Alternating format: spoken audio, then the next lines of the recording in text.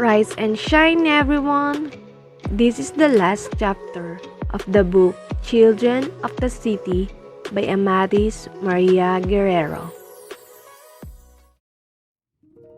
Victor stood rooted on the spot. He didn't understand the words, but the gestures was unmistakable. Some hostesses started giggling nervously. He was about to turn away in anger and humiliation when another seaman, blandy and clean-shaven, gently laid a hand over him. "Wait a minute, Sonny." Then he dipped into his pocket and handed over something to Victor. "Here, take it. It's yours. Have a grand time with it." Victor thanked him automatically and went out swiftly. He looked at the paper bills in his hand and saw that they totaled 2 pesos. Practically a night's work for him, and the pall that had descended over him for a week was suddenly lifted like a veil. He felt liberated, renewed. He wanted to sing out, to shout, and dance about, and he began to run, joy sparring on him. Later that night, he recounted the incident to his surprised colleagues, who had never seen him this garrulous before. He elaborated on the story, enriching it with imaginary details, and transformed it into a tale of danger, excitement, and exotic drama. As a clincher, he proudly showed off his money, realizing his mistake in the next instant. But it was too late. The others began to advance towards him, encircling him. Their words were flung at him like stone. "Why aren't you like us? Why don't you smoke? Why don't you curse? Say it!" Victor drew back, frightened. With the chill he remembered the time the booming tent boys had ganged up on him. "I don't say a word like that." "Say it!" All right. But the epithet carried no conviction, and he repeated it stronger this time. The boys laughed in derisions and gave out a mirthless kind of cheer. After uttering the words, Victor no longer controlled himself. He began screaming all kinds of curses, and he hurled himself body upon them, kicking, hitting, screaming in the grief of fury he had not known existed within him. With a great shout, the others fell upon him. Newsboys sleeping on the ground woke up in alarm. The night circulation, people looked around in consternation, and the turu-turu owner screamed. The melee continued until a shouting security guard rushed in and roughly broke it up. He led Victor away and was about to interrogate him when the boy, who had sustained some cuts and bruises, broke free of his grasp and fled into the night. He roamed the streets, the byways, and darkened alleys of the teeming district.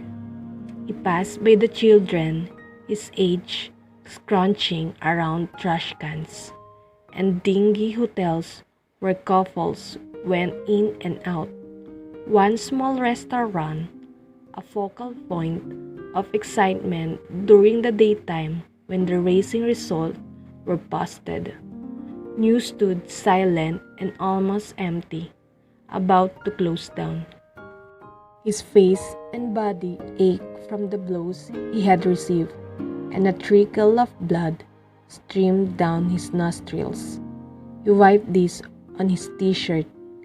He seemed to be in good shape otherwise, and he felt that the fight had been stopped in time.